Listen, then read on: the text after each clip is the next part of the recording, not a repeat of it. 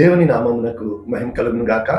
ప్రభునందు ప్రియులరా, మన ప్రభువు రక్షకుడునైన క్రీస్తు యేసు పరిశుద్ధ నామములో మీ అందరికీ శుభములు.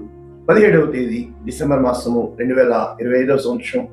ఈరోజు ఈ క్రిస్మస్ వర్తమానంలో అతి ప్రాముఖ్యమైన వాక్యం మనం నేర్చుకోబోతున్నాము. యోబు తను అంటున్న మాట, పాప సహితునిలో నుండి పాపరహితుడు పుట్టగలిగిన ఎంత మేలు. పాప సహితునిలో నుండి పాపరహితుడు పుట్టగలిగిన ఎంత మేలు. యోబు గ్రంథము 14వ అధ్యాయం 4వ వచనం, పూర్తి వచనము, పాప సహితునిలో నుండి పాపరహితుడు పుట్టగలిగిన ఎంత మేలు, అలాగున ఎవడూ పుట్టనేరడు. ఇది వాక్యం. అయితే ఇది యోబు 13వ అధ్యాయము అక్కడ చెప్పడం ప్రారంభిస్తున్నాడు.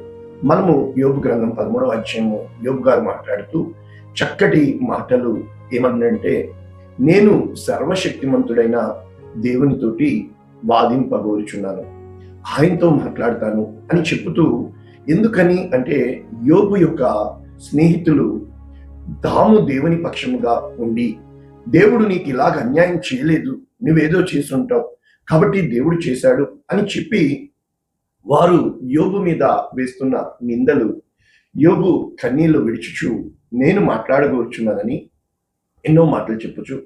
ఇక్కడ ఈ యోబు గ్రంథం 14వ అధ్యాయం కూడా మనము చూచినప్పుడు చాలా చక్కటి మాటలు యోబు రాస్తూ తాను మాట్లాడుతూ ఏమంటున్నాడంటే, యోబు గారు చెప్తున్నారు, ఖచ్చితంగా నీవు నరులను నువ్వు పరీక్షిస్తున్నావు అంటే ఎంత వరకు చెప్తాడంటే, పర్వతములు పడిపోతాయి, అయితే కొండలు వాటి స్థానం తప్పిపోతాయి, నీళ్లు రాళ్లను సైతం అరగదీసేస్తాయి, భూమి ధూళితో కుటుకుపోతుంది, నువ్వు అంత సర్వశక్తిమంతుడవు కానీ అని చెప్పుతూ నీవు నరులను మాత్రము నీవు గెలుచుటకు ప్రయత్నం చేయుచున్నావు అని చెప్పి యోబు గారు చెప్తున్నట్లు చూస్తున్నాం.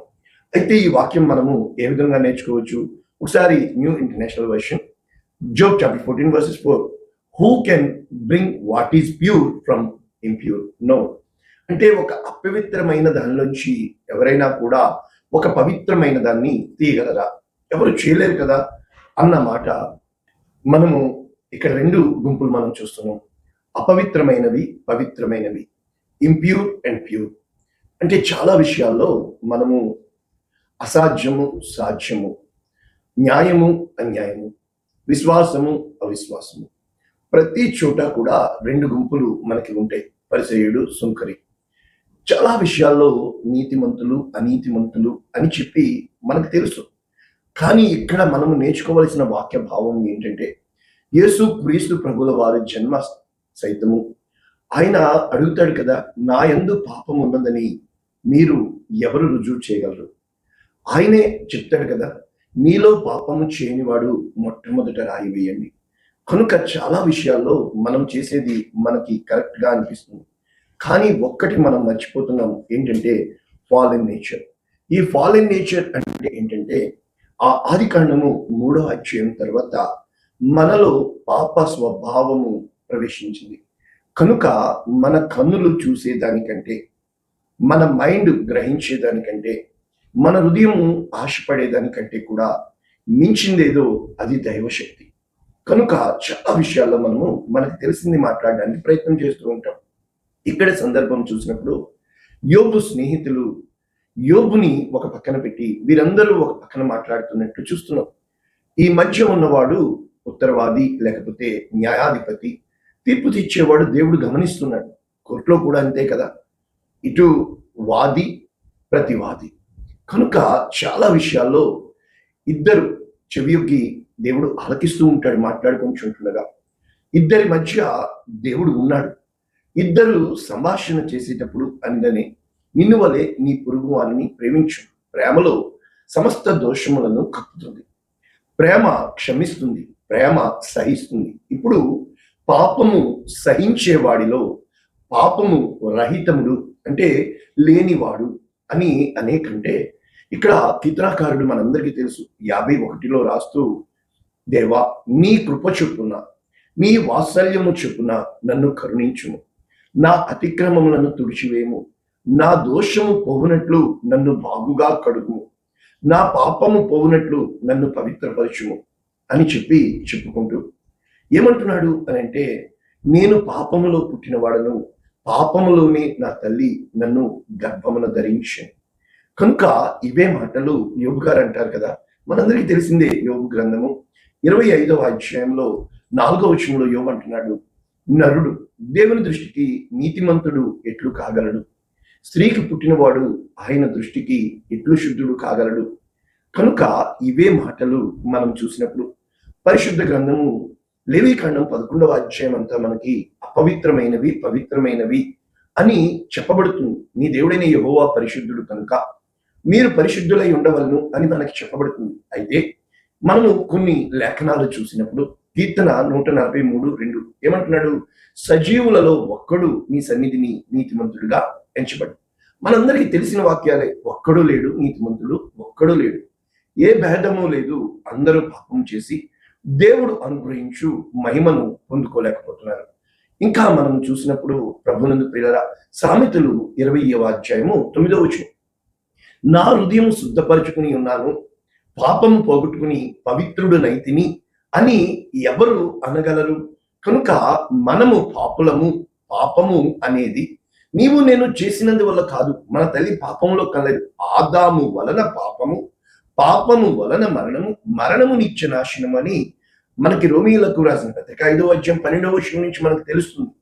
అయితే ఏ ఒక్కని వలన, అవిధేయత వలన, పాపము వలన ఈ లోకంలోనికి ఆ మరణము ప్రవేశించిందో, ఒకని విధేయత వలన అని మనం నేర్చుకోబోతున్నాము. అయితే ఇక్కడ యోహాన్ గారు రాస్తూ మొదటి పత్రిక 1వ అధ్యాయం 8వ వచనం, మనము పాపము లేని వారమని చెప్పుకుని ఎడల మనలను మనమే మోసపుచ్చుకుంటాం, మనలో సత్యం ఉండదు. కాబట్టి ప్రసంగి మహాజ్ఞాని ఏమంటున్నాడంటే 7వ అధ్యాయం 20వ వచనంలో, పాపము చేయక మేలు చేయుచుండు నీతిమంతుడు భూమి మీద ఒక్కడైనా లేడు. అంటే ఇవి గ్రంథాలన్నీ లేఖనాలు ఏం చెప్తున్నాయంటే మనం పాపులము అని చెప్పట్లేదు, దేవుడు పరిశుద్ధుడు అని చెప్తున్నాడు.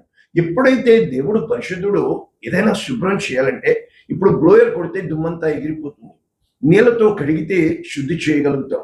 అదే విధంగా కొన్ని శుద్ధి చేసిన ఎండబెట్టాల, ఆ ఎండకి అవి చాలా మటుకు బ్యాక్టీరియా చనిపోతుంది.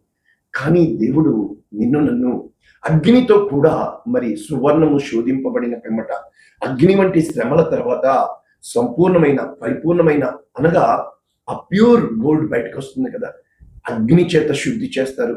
మరి యేసుక్రీస్తు రక్తము చేత సైతము మనల్ని శుద్ధి చేశారు కదా. ఇక్కడ ఇంకా మనం చూసినప్పుడు దేవుని యొక్క వాక్యము వీటన్నిటికీ మూల కారణం ఏంటి? మనందరికీ తెలుసు, హృదయము అన్నింటికంటే మోసకరమైనది, అది ఘోరమైన వ్యాధి కలది. ఎవరైతే దీనిని గ్రహిస్తారో అప్పుడు దేవుని యొక్క వాక్యం ఏం చెప్తున్నాడంటే, ఆది కాండంలోనే నోవాహు కాలంలో దేవుడు లోకాన్ని చూచినప్పుడు, భూమిని చూచినప్పుడు ఆయన చెబుతున్న మాట, నరుల చెడుతనము భూమి మీద గొప్పదని, వారి హృదయం యొక్క తలంపులలోని ఊహ అంతయు కేవలము చెడ్డది అని దేవుడు గుర్తెరిగి ఉన్నాడు. మరి అటువంటప్పుడు దేవుడు మనకి, నీకు నాకు చెప్తుంది, ఏం చెప్పడానికి ప్రయత్నం చేస్తున్నాడు మనం చూసినప్పుడు యెహెజ్కేలు గ్రంథము 18వ అధ్యాయం అంతా మనకి చెప్తూ, అక్కడ ఒకడు నీతిమంతుడై అన్ని నీతిగా చేసిన వాడికి కుమారుడు పుట్టి అంతా భయంకరంగా చేసిన, మళ్ళా వాడికి కుమారుడు పుట్టి నీతిమంతులుగా ప్రవర్తించిన రాజుల గ్రంథం చూడొచ్చు, న్యాయాధిపతుల గ్రంథం చూడొచ్చు. అంటే ఎప్పుడు కూడా మనిషి ఎల్లకాలం ఒక్కలా ఉండడు, కాలం ఎల్లకాలం ఒక్కలా ఉండదు. నిన్న ఉన్న ప్రేమలు ఈ రోజు ఉండవు, ఈ రోజు ఉన్న బంధాలు రేపు ఉండవు. కనుక ప్రతి విషయంలో కూడా మార్పు అనేది సహజము అని దేవుడు చెబుతూ, మనుష్యులందరూ నా వశంలో ఉన్నారు, తండ్రులేమి కుమారులేమి అందరూ నా వశంలో ఉన్నారు, పాపము చేయువాడెవడో వాడే మరణం పొందును అని గాడ్ హ్యాస్ డిక్లేర్డ్, దేవుడు ప్రకటించి ఉన్నాడు. కనుక ఈ వాక్యాలు మనము ఎలాగా ఇంటర్లింక్ చేసుకోగలము అంటే, మనలో పాప సహితమైన ఆలోచనలతో ఉన్న మనల్ని దేవుని యొక్క వాక్యం సెలవిస్తుంది. ఏమని? ఇర్మియా గ్రంథము 13వ అధ్యాయం 23వ వచనం, కూషు దేశస్థుడు అనగా ఆఫ్రికా దేశస్థుడు తన చర్మమును మార్చుకొనగలడా? మైకేల్ జాక్సన్ చాలా నల్లగా ఉండేవాడు, తన స్కిన్ తెల్లగా చేసుకున్నాడు, కానీ దానివల్ల ఎంత భయంకరమైంది అది కాదు దేవుడు చెప్తుంది.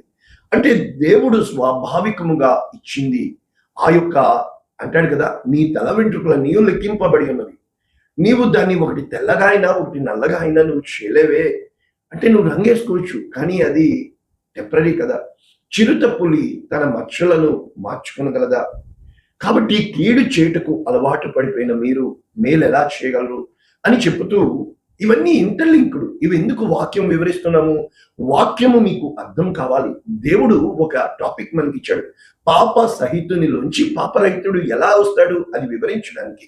ఇక్కడ యెషయా గ్రంథము 1వ అధ్యాయము 17వ వచనం ఏమంటున్నాడు దేవుడు? కీడు చేయుట మానుడి, మేలు చేయ నేర్చుకోండి, న్యాయము జాగ్రత్తగా విచారించండి, హింసించబడు వారిని విడిపించండి, తండ్రి లేని వారికి న్యాయము తీర్చుడి, విధవరాలి పక్షమున వాదించండి. కాబట్టి ఏమంటున్నాడు? మన వివాదం తీర్చుకుందాం రండి. నీ పాపములు రక్తము వలె ఎర్రనివైనను హిమము వలె తెల్లగా చేస్తాను, కెంపు వలె ఎర్రనివైనను గొర్రెబుచ్చు వలె. కాబట్టి మీరు నా మాట వింటే భూమి యొక్క మంచి పదార్థములు నేను మీకు ఇస్తాను. చాలా విషయాల్లో మనము లోబడుటకు ఇష్టపడము. తిరుగుబాటు స్వభావము మన రక్తంలో ఉంది కనుక మనం ప్రాణం పోగొట్టుకుంటున్నాం. ఎప్పుడైతే తిరుగుబాటు అంటే ఏమీ లేదండి, ఒక్క మాటలో చెప్పిన మనకి ఎవ్వరూ నచ్చరు. ఎదుటోడు ఎంత చెప్పినా కూడా మనకి ఎక్కదు. కారణం ఏంటంటే ఆల్రెడీ మనము ఫుల్లీ ఫార్మ్డ్, మనకి పూర్తిగా ఒక ఆలోచన విధానంలో కలిగి ఉన్నాం. కనుక ఇటువంటి ఆలోచన విధానంతో ఉన్న మనల్ని దేవుడు పరిశుద్ధపరచాలి అంటే అది కేవలం దేవుడు చేయాలి. అందుకే యేసు ప్రభు వారు అంటున్నారు కదా, ఒకడు నూతనముగా జన్మిస్తే తప్ప. అప్పుడు నికోదేము అంటాడు, నేను మళ్ళా కొత్తగా తల్లి గర్భం నుంచి కాదు. దేవుని యొక్క వాక్యం సెలవిస్తుంది. యోనా గ్రంథం మనందరికీ తెలుసు. నీనివే పట్టణపు యొక్క మొర దేవుని సన్నిధికి చేరినప్పుడు, దేవుడు తన ప్రవక్తని పంపినప్పుడు, ప్రవక్త చెప్పినప్పుడు వారు తమ దుర్మార్గములను విడిచి దేవునిని వెతకడానికి ప్రయత్నం చేశారు. అనుక్షణము కూడా ఎప్పుడైతే నీవు నేను దేవుణ్ణి వెతకడానికి ప్రయత్నం చేస్తామో, ఎప్పుడైతే నీవు నేను దేవుని కోసము ప్రయత్నం చేయడానికి, దేవుని కోసము జ్ఞానము కలిగి, అమ్మో ఇప్పుడు నేను దేవుడు ఏమనుకుంటున్నాడో యోసేపు చెప్తాడు కదా, ఇది చేయడం వల్ల నేను పాపం మూటగట్టుకుని దేవునికి విరోధముగా పాపం చేసిన వాడిని అడుగుతాను. అంటే యోసేపు తన కళ్ళ ముందు ఒక లక్ష్యం పెట్టుకున్నాడు, ఒక గమ్యం పెట్టుకున్నాడు. కనుక చాలాసార్లు మనము ఇటు అటు చెదరగొట్టబడు పొట్టు వలె ఉండడానికి గల కారణం ఏంటంటే మన కళ్ళ ముందు ఒక గమ్యం ఉండాలి, మనకి ఒక లక్ష్యం ఉండాలి. మనము ఒక లక్ష్య సాధనలో వేసే ప్రతి అడుగు కూడా చాలా ఆచితూచి వేయాలి. ఎలా వేయాలి అని అంటే, చాలాసార్లు మనము అనుకున్నట్లుగా వేరేవాడు లేడు అని చెప్పి చాలా వ్యధన పడేవాళ్ళం ఉంటాం, వేదన చెందేవాళ్ళం ఉంటాం, మత్సర అంటే దానివల్ల మనము అది ఎముకలకు కీడు, ఎముకలకి కుళ్ళు కలుగుతూ ఉంటుంది. వాళ్ళని మార్చడానికి ప్రయత్నం చేయము, వాళ్ళ కోసం మనం నలిగిపోతూ ఉంటాం. అందుకే దేవుడు చెప్తున్నాడు, మనుషులందరూ నా వశంలో ఉన్నారు. ఇప్పటి వరకు ఈ యోబు గారి కథలో యోబు విక్టిమ్, అంటే అతను హింస పొందాడు, అతను అన్యాయం అయిపోయాడు, అతనికి రోగం వచ్చింది, ఆస్తులన్నీ పోయినాయి, ఆరోగ్యం క్షీణించిపోయింది, అందరూ వదిలిపెట్టేశారు. ఇటువైపు వీళ్ళందరూ బాగున్నారు. చాలాసార్లు మనం కూడా కంటి తీర్పును బట్టి ఇతన్నే తీర్పు తీరుస్తాం. దేవుడు ఉంటే ఇలా ఉంటాడా, ఇతను ఏదో చేశాడు, మేమందరం బాగున్నాం, కరెక్ట్ కదా. అందుకనే నా తలంపుల వంటివి మీ తలంపులు కాదు.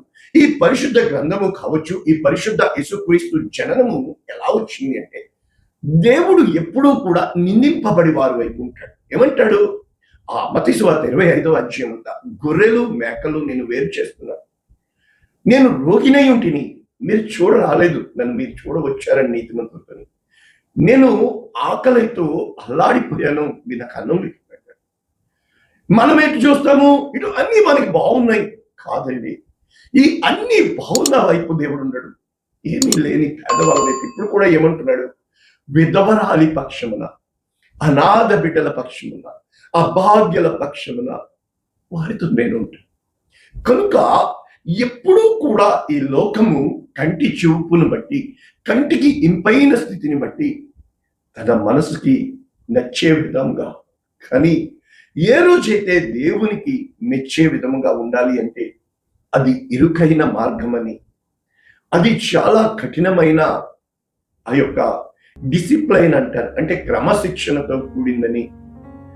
ఈ భ్రష్టమైపోయిన లోకంలో శ్రేష్టమైన నిన్ను ద్రాక్షవల్లి వలె తీయాలని, కారు ద్రాక్షలతో నింపబడిపోయిన ఈ లోకంలో శ్రేష్టమైన ద్రాక్షావల్లిగా నిన్ను దేవుడు లోకానికి చూపించుకోవాలని, చీకటితో నింపబడిన ఈ లోకంలో వెలుగుగా దేవుడు నిన్ను అంతకంతకు వెలుగుతో నింపాలని ఆశపడుతున్నాడు. దానికి నువ్వు వెల చెల్లించాలి. దానికి నీవు దేవునికి ఇష్టమైన వాడిగా వెళ్ళాలి. ఈ రోజున నీ గత స్థితి నాకు తెలియదు, కానీ యేసుక్రీస్తు ప్రభుల వారు ఈ పాపము నింపబడిన లోకంలోనికి వచ్చి తన శక్తి పూర్తిగా సన్నగిల్లిపోయే వరకు ఏ మాత్రము కూడా తిరుగుబాటు స్వభావం రాకుండా, ఏ మాత్రము కూడా తండ్రికి మన మీద నేరము మోపకుండా, తండ్రి వీరేమి చేయుచున్నారో వీరెరుగరు గనుక వీరిని క్షమించుము అని చెప్పి ఆలోచించండి. శిలువ మీద చనిపోతున్న దొంగని సైతము నేడు నీవు నాతో కూడా పరదేశిలో ఉంది. కాబట్టి ప్రార్థన చేద్దాం. పరిశుద్ధుడా, ప్రేమ కలిగింది విత్తబడిన వాక్యము అనేక మందికి దీవెనకరంగా, అనేక మందికి ఆశీర్వాదంగా ఈ సంతోష శుభదినములలో మా హృదయములో శుద్ధి చేసుకుని, ఈ రోజుకైనా మా దేవుడు కృపా సత్య సంపూర్ణుడు, ఆయన నా కోసం ప్రాణం పెట్టడానికి పరిశుద్ధుడు పరిశుద్ధుడు పరిశుద్ధుడు అనబడినవాడు, కన్యమరియ గర్భంలో పుట్టాడు అని చెప్పి మీ యందు విశ్వాసం ఉంచడానికి సహాయం చేయమని యేసు శ్రేష్టమైన నామములో వాక్యంలో దీవిస్తున్నాను. Amen. God bless you all. దేవుడు మిమ్మల్ని దీవించును. ఆమేన్.